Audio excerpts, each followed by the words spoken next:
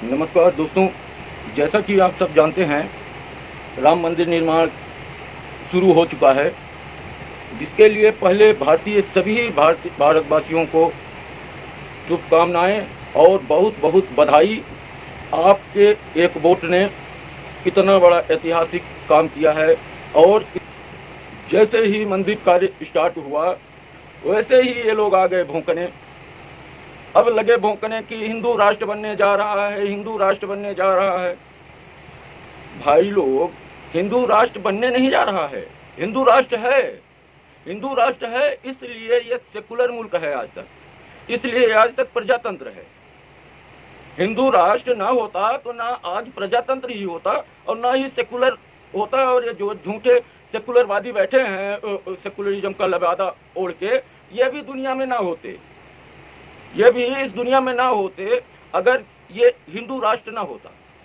हिंदू राष्ट्र होने के कारण ही आज तक भारत सेकुलर है और प्रजातंत्र है, नहीं तो ये भी इस्लामिक राष्ट्र घोषित हो चुका होता। जैसे पाकिस्तान और अफगानिस्तान, ईरान, इराक और सऊदी अरेबिया में प्रजातंत्र देख रहे हैं, उसी तरह का प्रजातंत्र यहाँ भी होता।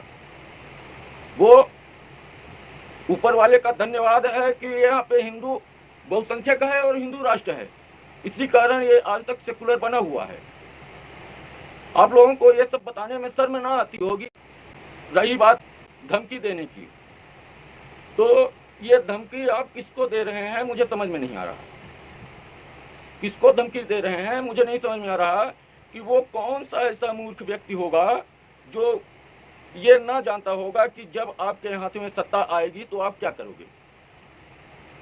आपके हाथ में सत्ता जब जैसे ही आएगी वैसे ही क्या करोगे, ये शायद ही है कोई ना जानता हो। एकदम मूर्ख ही होगा, वही ना जानता होगा। और नहीं तो इतिहास की बात छोड़ दीजिए, इतिहास से सबक सीखिए, चाहे आज प्रेजेंट से सबक सीख लीजिए। कौन सा ऐसा इस्लामिक मुल्क है जहां मंदिर का नाम निशान बचा हो, या इतिहास में भारत में जब जब आपके हाथ में सत्ता आई है तब तब आपने मंदिर तोड़ा ही है। आप कभी सेकुलर बनने की कोशिश नहीं किए, आप सीधे मंदिर तोड़ने में हाथ लगाए। एक नहीं, हजारों मंदिर हैं, हजारों मंदिरों को तोड़ा है। जैसे ही आपके हाथ में सत्ता आएगी वैसे ही आप शुरू कर दोगे। ये बताने वाली बात नहीं है कि आप आज से ही धमकी दे दो कि हम अपना टाइम आएगा। अपना टाइम आएगा तो क्या करेंगे आप, ये भी पता है। ये उनको नहीं पता है जो सेकुलर के नाम पे चूतिया बन रहे हैं, बेवकूफ़ बने हैं। और वो सेकुलर के नाम पे वास्तविक में चूतिया हैं, जिनको ये उम्मीद नहीं है कि आपकी सत्ता आते ही, आपके बहुसंख्यक होते ही हिंदुस्तान में हिंदुओं का क्या हाल होगा। क्योंकि वो लोग ना पाकिस्तान में हिंदुओं की हालत देख रहे हैं। ये हिंदुस्तान के ही मुसलमान थे पाकिस्तान में। पहले जब पाकिस्तान हिंदुस्तान बटा तो ये पाकिस्तानी मुसलमान कोई और नहीं थे, ये हिंदुस्तान के ही थे जो उधर चले गए और वहाँ पे हिंदुओं का कत्लेआम हुआ। 3% हिंदू बचे हैं, मंदिरों का नामो निशान मिट गया। वो यहीं के मुसलमान थे जो पाकिस्तान अलग होने के बाद उधर चले गए। तो ये कोई नई बात नहीं है कि यहाँ जब आपकी सरकार आएगी या आप पावर में आएंगे तो क्या करेंगे, वो पता है सबको। जो ना पता हो वो मूर्ख है, उसको कुछ नहीं नॉलेज, तब वो कहीं से सबक नहीं लेना चाहता, वो कहीं से सीखना नहीं चाहता। पाकिस्तान का उदाहरण इसलिए दिया क्योंकि ये पाकिस्तान भारत का ही हिस्सा था। इससे पहले अफगानिस्तान में देख लीजिए, इराक में, ईरान में कितनी मंदिरें हैं। फिर उसके बाद अपने भारत के हिस्से में आ जाइए, कश्मीर में देख लीजिए, कश्मीर में हिंदुओं के साथ क्या हुआ, हिंदुओं की मंदिरों के साथ क्या हुआ। कितनी मंदिर तोड़ी गई, या गिनती में ना होगा, गिनती में ना होगा कि कितनी मंदिरें तोड़ी गई हैं। वो जाहिर सी बात है कि जैसे ही आपकी सत्ता आएगी तो आप यही करेंगे, वो निश्चित है। क्योंकि ये जोहिल कौम एक ही काम के लिए बनी ही है, इसमें कोई दूसरा काम है ही नहीं। दूसरे धर्म के लोगों को नीचा दिखाना, दूसरे धर्म के लोगों को मारना, काफिरों का कत्ल तो आपको जायज किया गया है। काफिरों की मंदिरों को तोड़ना तो आपके लिए जायज है, सीधे जन्नत का टिकट है। आप एक मंदिर, 2 मंदिर तोड़ के डायरेक्ट जन्नत का टिकट ले सकते हैं। उससे 2-4 काफिरों को मार के आप 72 हूरों को पा सकते हैं। तो ये सारे ऑफर आपको, आपके यहाँ भी बहुसंख्यक होने के बाद ये ऑफर यहाँ भी आ जाएगा। जैसे ही आप यहाँ भी बहुसंख्यक हुए या आपकी सरकार आई तो ये 72 हूरों वाली और सीधे जन्नत वाला टिकट यहाँ भी मिलने लगेगा, भारत में भी। और भारत में भी 50 ऐसी जगह हैं जहाँ टिकट मिलने भी लगा, हिंदू वहाँ से भी भाग रहे हैं। 50 पाकिस्तान तैयार हैं भारत में, और आप लोग बेशरम हो कि आप लोगों को कुछ दिखेगा ही नहीं, समझ में ही नहीं आएगा। मतलब हद होती है किसी चीज़ की। मंदिर निर्माण शुरू नहीं हुआ कि धमकी शुरू हो गई, अपना टाइम आएगा, अपना टाइम आएगा, अपना टाइम आएगा। जब हमारी सरकार आएगी तो हम भी मंदिर तोड़ के मस्जिद बना देंगे। ये किसको बता रहे हो, किसको? ये बताने वाली बात क्या है, बता किसको रहे हो? ये असलियत तो थोड़ा सा भी पीछे घूम के देखा जा सकता है कि प्रेजेंट में थोड़ा सा भी पीछे इतिहास में चले जाइए तो देखा जा सकता है कि जब जब सत्ता आई है तब तब क्या क्या किए हो और किस किस हद तक गए हो, किस किस हद तक गए हो। मंदिर, गुरुद्वारा, चर्च, गिरजाघर कुछ छोड़े कहाँ हो, कुछ भी छोड़े हो। ये थोड़ा सा भी पीछे घूम के अगर कोई देखना चाहे तो देख सकता है कि किस हद तक गिर गए हो सत्ता पाते ही, सत्ता पाते ही किस लेवल में चले जाते हो। जजिया तक तुम्हारे ही सत्ता में लगती है, और जजिया कभी किसी धर्म ने नहीं लगाया, सिर्फ इस्लाम ने जजिया लगाया। और जजिया तो एक मामूली बात है, तुम तो जीना नहीं देते दूसरे धर्म के लोगों को, जीना हराम कर देते हो। किसी मंदिर में आरती या घंटी बर्दाश्त नहीं कर सकते। माइक चोंगा की तो बात छोड़ दीजिए, लाउड स्पीकर की, आप मंदिर की घंटी नहीं बर्दाश्त कर सकते। और यहाँ इंडिया में बता रहे हो सेकुलरिज्म और संविधान।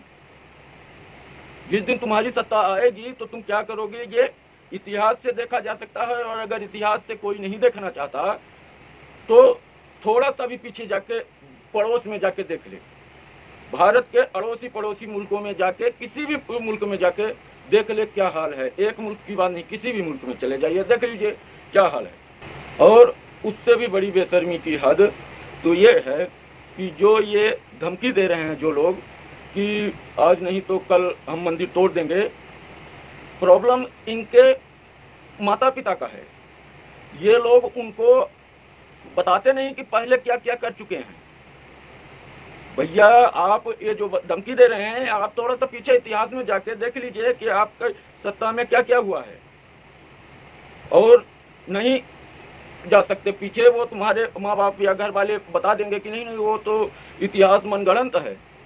ये तो हर चीज़ का वो निकाल लेते हैं कि वो कश्मीर से पंडितों को क्यों भगाया, वो पंडित ऐसा वैसा कर रहे थे, तो इतिहास को भी मनगढ़ंत बता देंगे। तो आप इतिहास भी ना देखिए, पड़ोसी देशों में देख लीजिए कि क्या हाल किया है आपके समाज के लोगों ने, अन्य धर्म के लोगों का।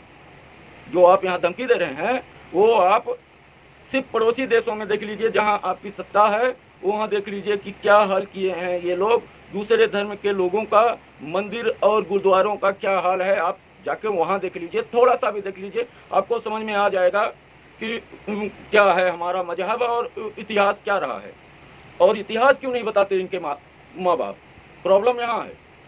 इतिहास इनका इसलिए नहीं बताते कि कहीं इनको अपने मजहब से ही नफरत ना हो जाए, इनको कहीं ये ना लगने लगे कि इतना क्रूर था हमारा मजहब, इतना क्रूरता से लोगों का कत्लेआम करता था सिर्फ मजहब के कारण मेरा धर्म।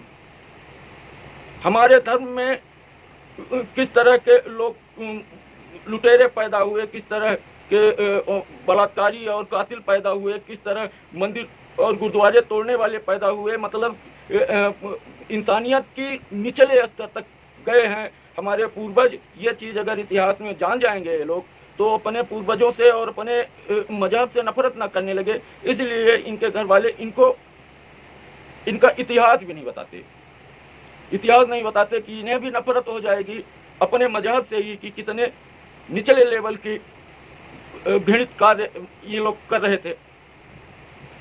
दूसरे धर्म के लोगों को धर्म परिवर्तन करने के लिए किस लेवल तक नोचते थे,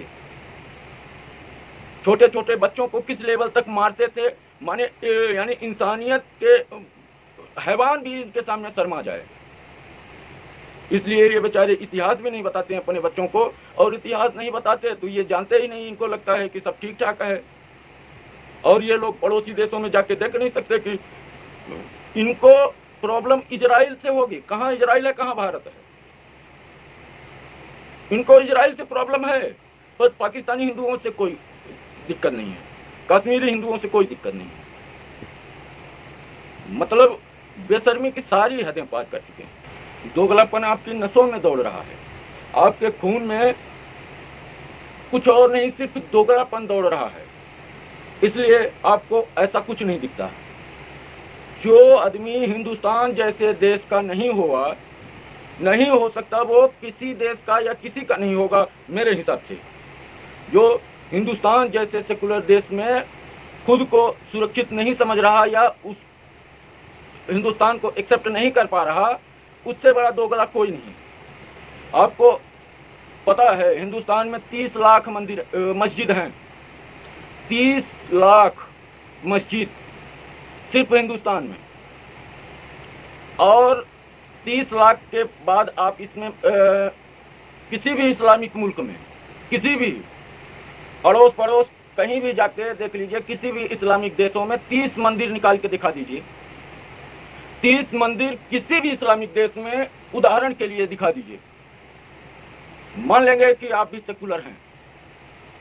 30 लाख के एवज में मात्र 30 छोड़िए, 30 हटाइए, 20 मंदिर निकाल दीजिए। किसी भी एक इस्लामिक देश में 20 मंदिर चालू हालत में हों। एक भी इस्लामिक देश बता दीजिए जिसमें 20 मंदिर, कम से कम 20 मंदिर चालू हालत में हों, वहाँ पूजा पाठ करने की इजाज़त हो हिंदुओं को। या 20 गुरुद्वारे ही दिखा दीजिए। एक भी ऐसा इस्लामिक देश नहीं है जहाँ आप ये 20 भी मंदिर या 20 गुरुद्वारे दिखा सकते हैं। 30 लाख मस्जिद है हिंदुस्तान में, पर बेशर्मी इस हद तक है कि आप यहाँ धमकी दे रहे हैं कि हम मंदिर तोड़ के मस्जिद बना देंगे। ये धमकी इसलिए दे रहे हैं क्योंकि आपके खून में कुछ और नहीं, सिर्फ दोगलापन दौड़ रहा है, दोगलापन और बेशर्मी, इसके अलावा और कुछ नहीं। और मेन बात ये कि तुम्हारी धमकियाँ सुनने के बाद, तुम्हारा इतिहास पढ़ने के बाद और अड़ोस पड़ोस में वर्तमान में हालत देखने के बाद, इस सब कुछ देखने के बाद भी अगर कोई खुद को सेकुलर बन के खुद को तसल्ली दे रहा है और उसको पीछे का या आगे का नहीं दिख रहा, तो वो उससे बड़ा मूर्ख कोई है ही नहीं जो इतना होने के बाद भी सेकुलर की घूंटी पी रहा हो। सेकुलर की घूंटी इस हालत के बाद भी अगर कोई पी रहा है तो उससे बड़ा मूर्ख कोई है ही नहीं। जिसको पड़ोसी देशों का हाल ना दिख रहा हो, या आपका इतिहास ना दिख रहा हो, या आपका वर्तमान में धमकियां ना दिख रही हो, तो वो पूरी तरह मूर्ख होगा जो इसके बावजूद भी सेकुलर की घूंटी पी रहा होगा। और ये बात इतना बोलने के बाद भी कुछ लोगों को बात समझ में नहीं आएगी। वो ज़बरदस्ती सेकुलरिज्म का चश्मा लगा के खुद को तसल्ली देते रहेंगे। पर जो लोग समझ गए हैं तो कृपया लाइक कमेंट करें और चैनल सब्सक्राइब कर हमारा सपोर्ट करें, दोस्तों से शेयर करें। बस धन्यवाद, नमस्कार।